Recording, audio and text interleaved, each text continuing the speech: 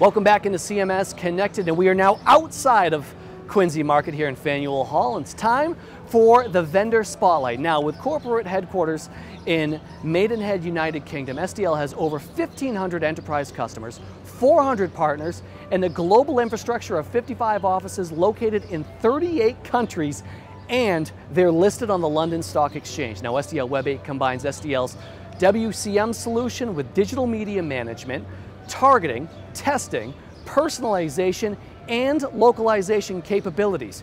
Here to tell us a little bit more about SDL Web 8 is Amy Martyn from Falcon Software. Amy, how's it going today? I'm great. Thanks so much for having me on the show. Thanks for having you. You're always on the show. You're a mainstay. Oh, well, thanks for having me again. Of course, we love to have you, Amy. I love you. Anyways, give us the background of SDL Web 8 and how it came into fruition. Yeah, definitely. So you kind of took everything I was going to say in the first paragraph, but that's okay, no worries. I could actually talk for hours about SDL. They've been around for so long and have so much to offer. So like you had said, SDL Web is a combination of 5 of their platforms.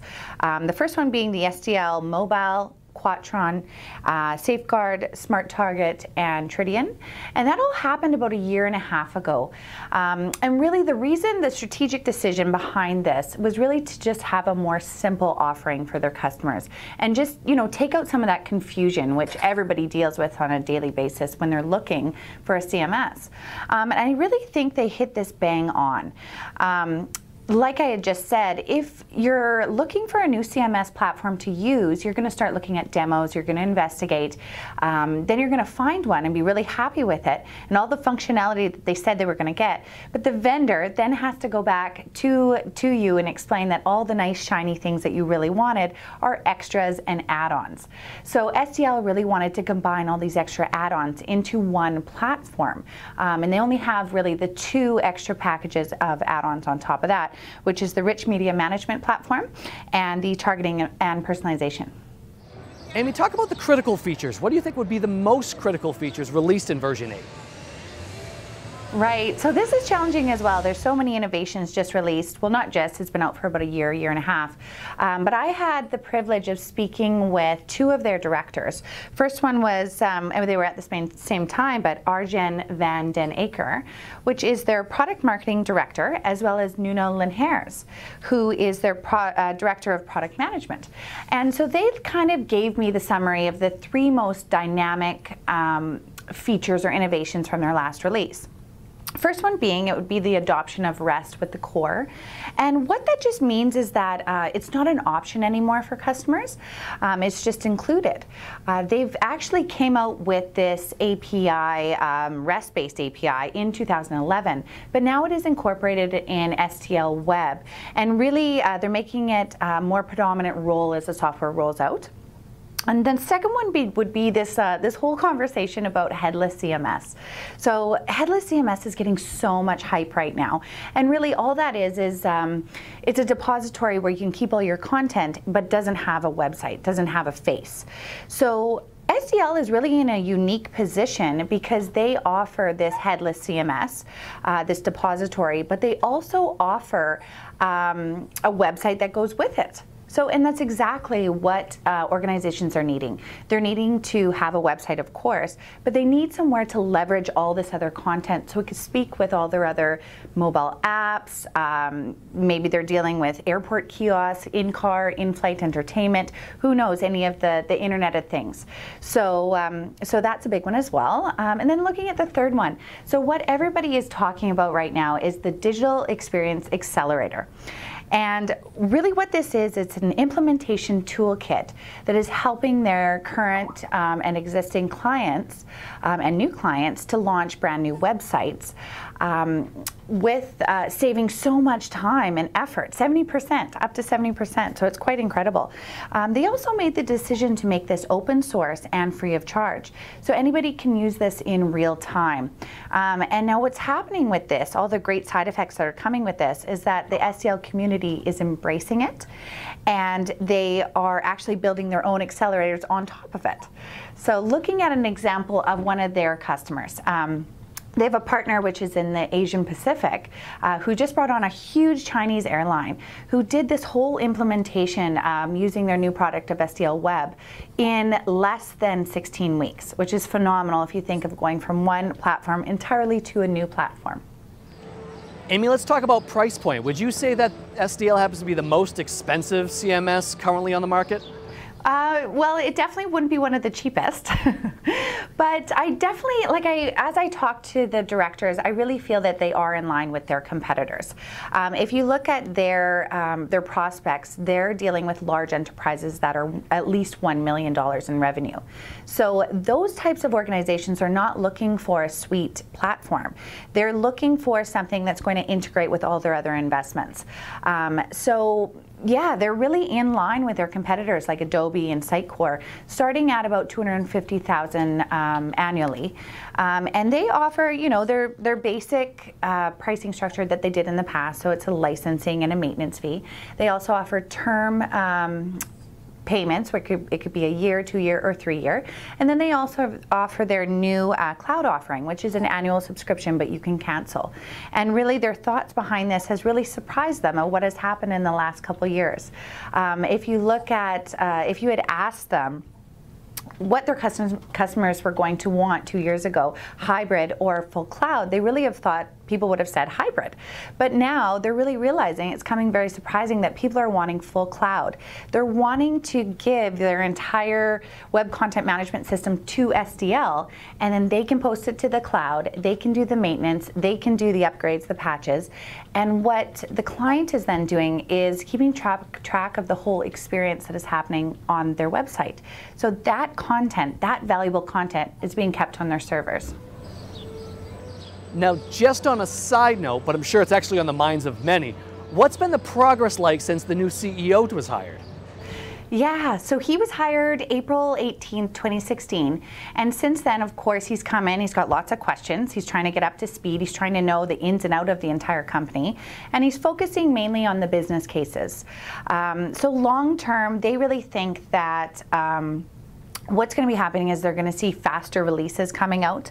From a financial perspective, I'm sure a lot of people are wondering, like myself, if they've seen increases profit-wise since April.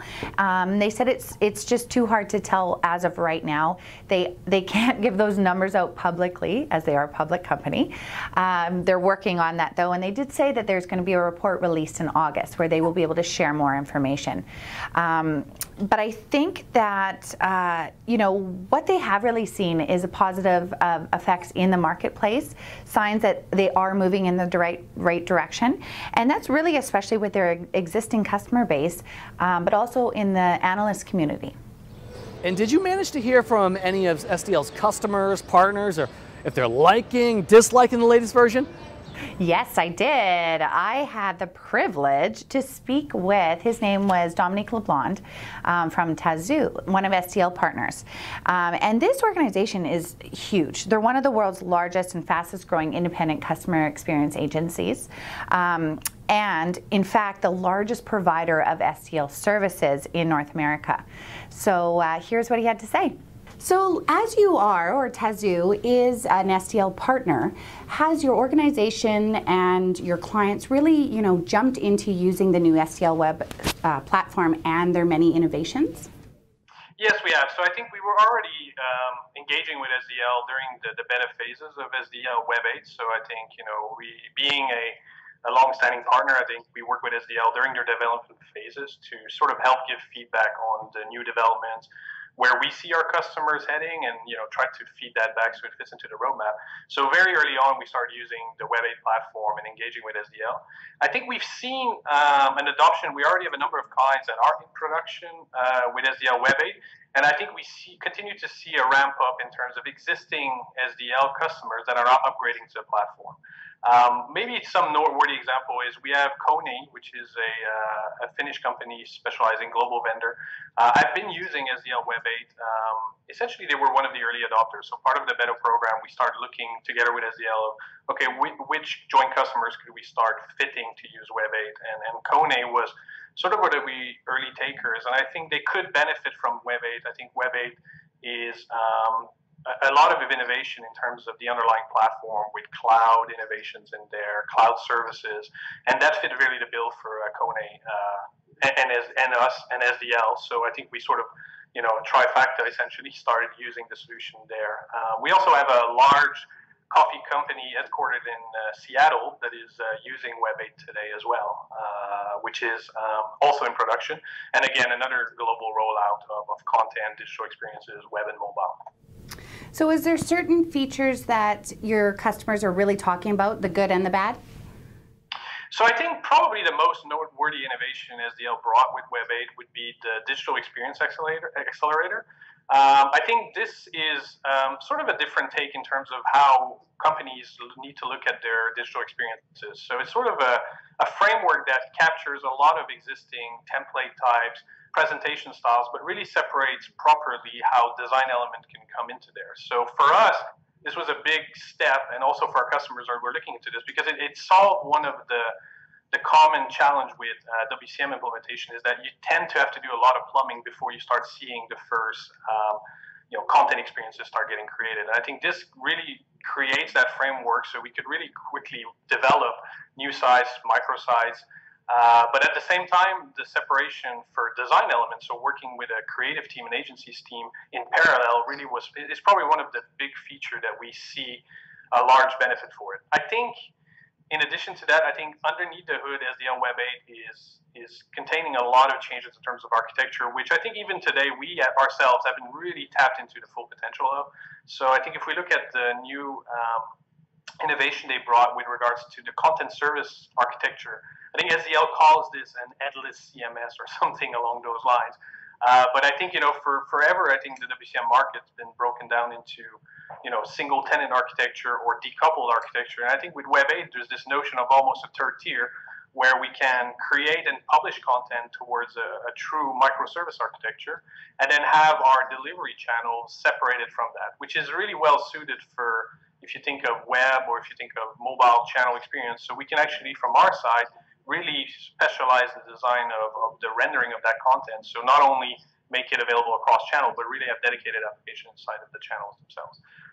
Beyond that, I think SDL has always been known for their translation functionality. I think Web8 doesn't disappoint there. There's more functionality in terms of not only sending content to translation, but a lot of attention to the translation review process. So it's now possible, which I know for our customers, was a long time request, which is that in-context review. So while you're in translation, so if you think of a product launch you're launching across global markets, being able to review before the translation is complete at a marketing level how the German content or the Dutch content is looking, and then informing your translation service provider that it's okay, you can then ship that, then bringing that all back solves a big demand that we saw in our customer base.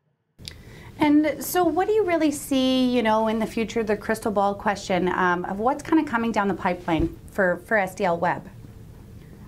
So I think, SDL has obviously announced this new strategy, and I think this shift of focus.